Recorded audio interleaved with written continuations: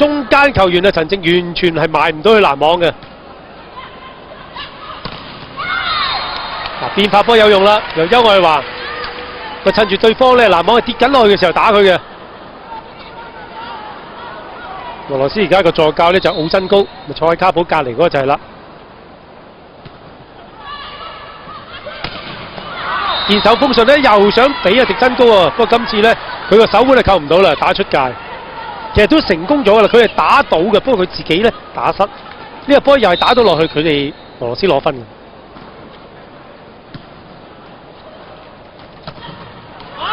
又係太 Q 啊！嗱，哥迪拿就有呢樣唔好處，佢冇愛他咁有經驗同埋咁成熟，就係呢啲波。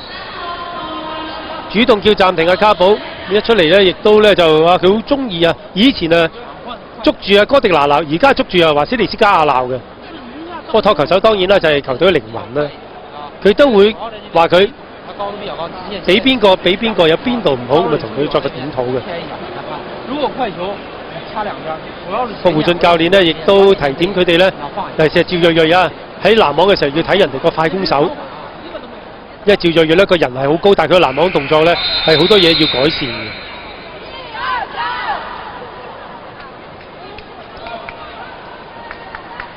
俄羅斯嘅自由人呢，就係2號球員啦，莫盧素娃，今年26歲，身高亦都好好嘅，1米88，以前係打正選嘅。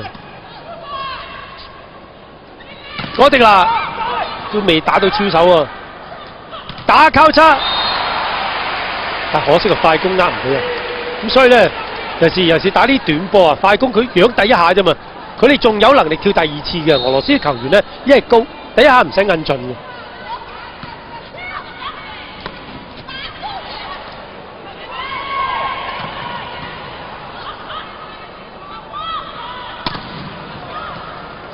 俄羅斯兩邊嘅攔網都好好啊，暫時就逼到黃麗娜呢個波咧 set 得稍微開網啲，佢就處理得唔好啦，打出界。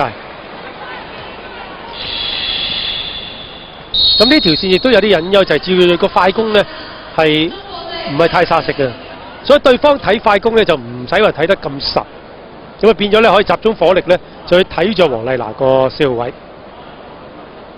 俄羅斯係到咗21分嘅啦，咁就仍然都有5分嘅領先，即係頭先第2個技術暫停到而家咧個分數嘅距離就冇改變到，咁但係俄羅斯咧就已經拉到去21分，接近25分，咁即係話佢哋嘅贏面就大咗啦。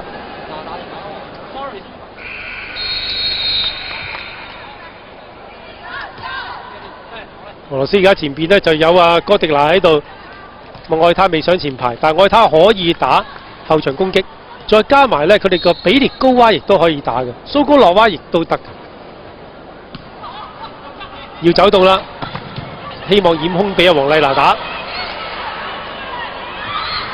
又係呢啲啊！扎晒喺後邊冇辦法，因為哥迪拿佢哋咁高啊，你唔扎喺後邊預備佢嘅強攻咧，你係仲易死。希望佢放虛攻咧，個波個弧度高啲咧，我哋夠時間飛係飛到啦，但係接唔起。後交叉幾乎有，但係對方佔到，呢球波打落去啦，咪掂到咧就中國隊嘅球員嘅手出界嘅。呢局咧都係危險㗎啦，中國隊。盡量啦嚇。雖然落後嘅分數都比較多，而且對方去到23啦。趙睿睿嘅發球，佢個開波就好穩嘅，俾出嚟黃麗娜打直線啦，避到手打到車線，但係對方起到，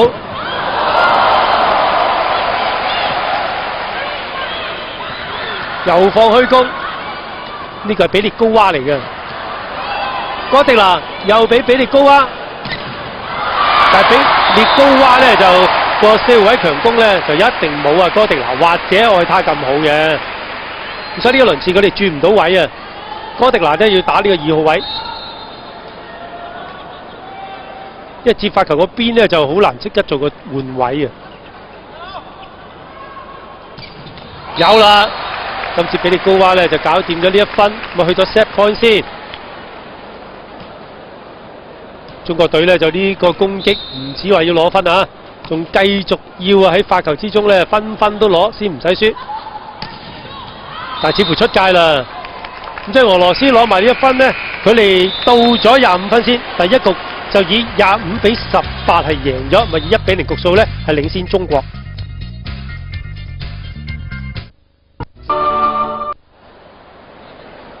歡迎大家翻嚟呢一場嘅分站大戰啦！俄羅斯對住中國隊，咁扣球成功率方面呢，就俄羅斯高好多啊！咁但係個分數其實呢，相差就唔係話太過大，但係中國隊又過唔到20分嘅。第一局俄羅斯贏25-18。俄羅斯方面呢個世界排名啊，其實就比中國隊低1名喎，佢哋排第3，中國隊係排第2。但係中國隊呢，就因為陣容唔夠完整呢，實力方面同埋俄羅斯係有些少分別嘅。咁希望盡量可以啦，就拉近啲嘅分數，或者呢就係將局數咧拉近啲。林文真就越打越好嘅球員啦，希望入到決賽周都係啦。因為兩支球隊都已經入緊呢個決賽周㗎啦。俄羅斯贏唔贏呢場嘅賽事呢，都已經夠晒分數入去。中國隊呢更加係主辦國，所以一定呢就可以出現喺呢一個嘅決賽周裏邊。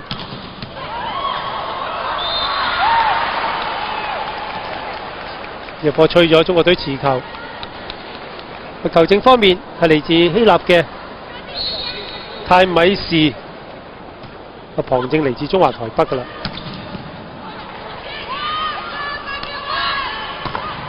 我哋嗱又打一個觸手出界，咁起跳動作呢，就佢冇外他嗰個咁靚嘅抽手嗰下，因為始終都係呢，就似細路女打波動作多啲。哇！咁都起到，而家用腳起都得㗎，因為新嚟。前交叉嗱，你打埋變化波真係點夠你打呢？可以話。所以俄羅斯呢隊波呢，就仲有啲潛力呢，就再進步多啲。一開始已經5-1啦，領先緊呢就中國隊。中國隊教練胡俊呢，就亦都唔等一個技術暫停啦，立即要叫一個主動暫停。咪呢一站裏邊呢，就俄羅斯分別以3-2贏咗日本隊，咁嗰場波都相當之刺激。幾乎咧就俾日本隊偷襲成功嘅，因為跟住佢哋贏荷蘭3-1。個中國隊方面呢，就亦都係贏荷蘭呢就3-1嘅。主要話呢，就跟住成功擊敗埋日本隊啦，咁佢哋就可以同俄羅斯爭呢個分站嘅冠軍。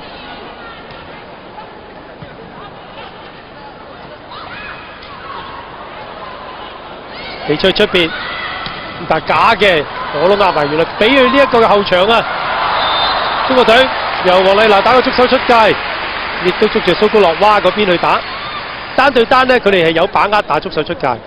如果係兩個人嘅攔網或4隻手咁排喺度呢，就比較難打啲啦。要打嘅線少咗嘛。俄羅斯嘅快攻係絕對好，佢哋個動作唔係話快得好緊要，但係佢哋嘅擊球點好高㗎。嗱，所以幾乎係超手打嘅，你點攔呢？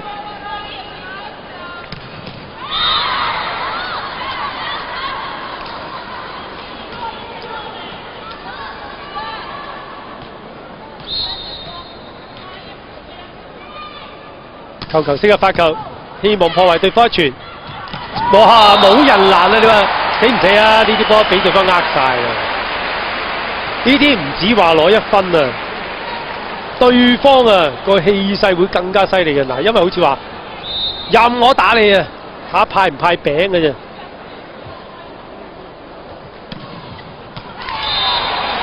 可惜啊，發球又係送分，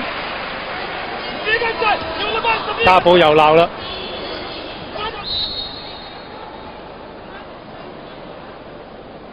個分數佢哋仍然都係領先8-3啊！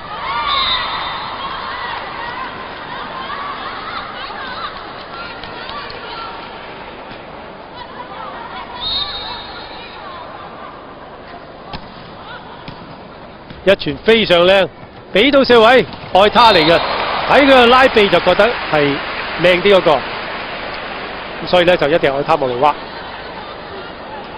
咁瑞士賽事咧就佢冇去打嘅，咁當時都影響咗啲咧就俄羅斯嘅實力啦。當然呢個世界女排大獎賽更加重要啦，獎金又豐富，同埋咧今年冠軍嗰隊咧就唔使打外圍賽，已經直接嘅可以入隊奧運會打呢個決賽周嘅。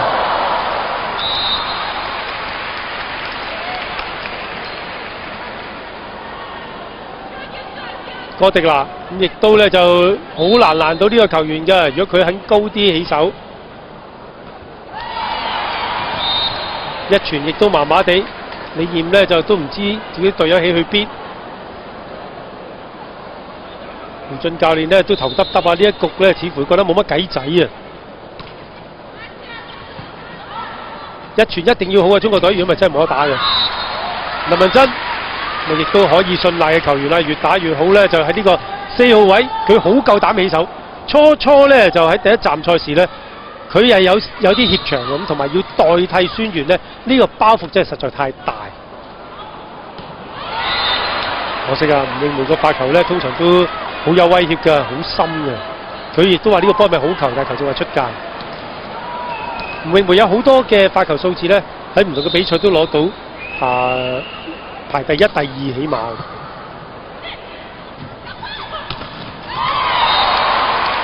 哥迪娜又攔網成功，今日似乎佢打得唔錯。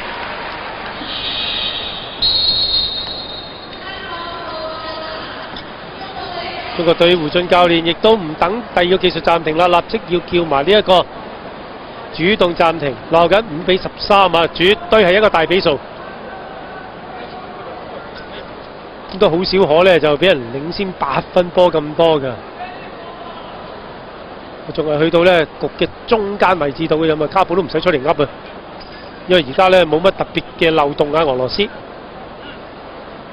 但係俄羅斯咧就打呢個女排大獎賽咧，最好嘅成績就係97年，當時佢哋攞第一，但係舊年咧佢哋就輸咗俾巴西喎，咪做咗2拉。咁啊，如果要數翻古巴隊咧，就更加只有去到93年啊先攞過一次冠軍，其他都係一係第二，一係第三嘅。但係今年直情入唔到決賽周，大跌眼鏡啊！令人。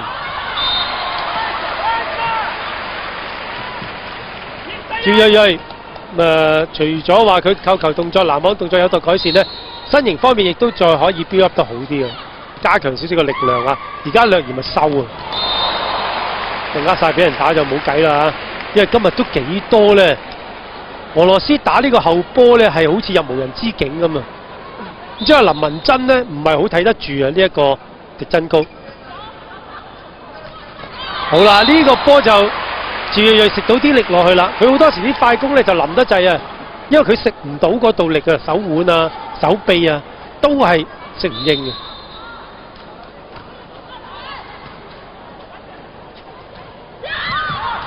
呢個許攻睇到啦，再俾翻黃麗娜大力打，好球添啊！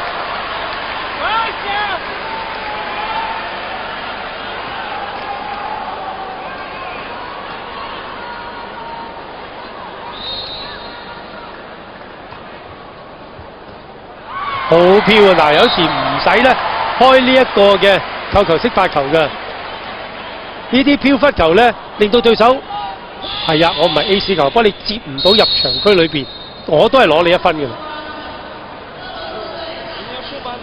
咪調轉咧就到俄羅斯嘅卡普教練要叫暫停，又係未到呢個16分，未到技術暫停，爭2分就到㗎啦。佢都要用啦，因為覺得咁樣俾中國隊咧係追上嚟。由5-13，而家追到9-14。